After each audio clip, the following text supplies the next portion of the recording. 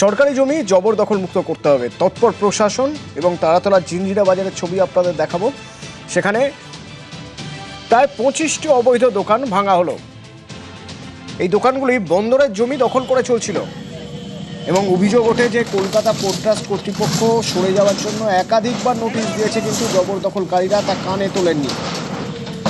এদিন বেলা 12:30 নাগাদ দুটি বুলডোজার নিয়ে হাজির হন প্রশাসনের লোকজন এবং তারাতলা থানার পুলিশ।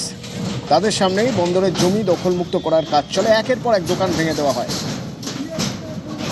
এবং বিভিন্ন মহল থেকে জানা যাচ্ছে যে এদিন যেসব ব্যবসায়ীদের দোকান ভাঙা হয়েছে, বিগত সরকারের জামানায় সম্প্রীতি উড়ালপুল তৈরির সময় তারা উচ্ছেদ হয়েছিলেন। রাস্তার ধারে বন্দরের জমি দখল করে নতুন করে দোকান খুলেছিলেন। আর এবার আবার রুটি রুটির অবলম্বন ভেঙে পড়ায় দুশ্চিন্তায় ব্যবসায়ী।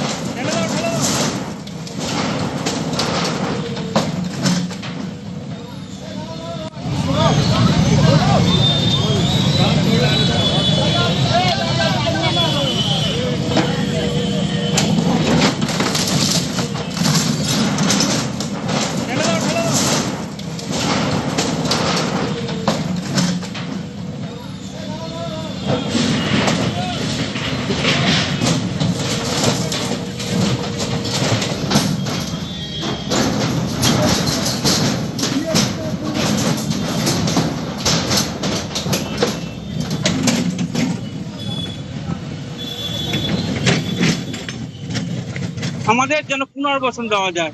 এতগুলো দোকানদার না খেয়ে মরবে স্যার। 15-20 বছরের দোকান আগে আমাদের ওইদিকে ছিল। এই রাস্তা ঠিক হওয়ার সময় আমাদেরকে এইদিকে নিয়ে আসা হয়। কোর্টের জায়গা, কোর্ট নিয়ে নিচ্ছে। আমরা গরিব, আমরা না খেতে পেয়ে মরবো। সকাল 10টার সময় টাইম দিয়েছিল খালি করে দেওয়ার জন্য বলেছিল।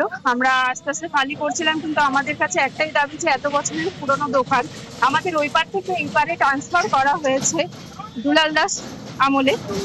সবার একটা ব্যবস্থা করে দিই, ব্যবস্থা করে দিয়ে ভাঙা উচিত ছিল। এইভাবে পেটে লাথি মারা কারণ কতজন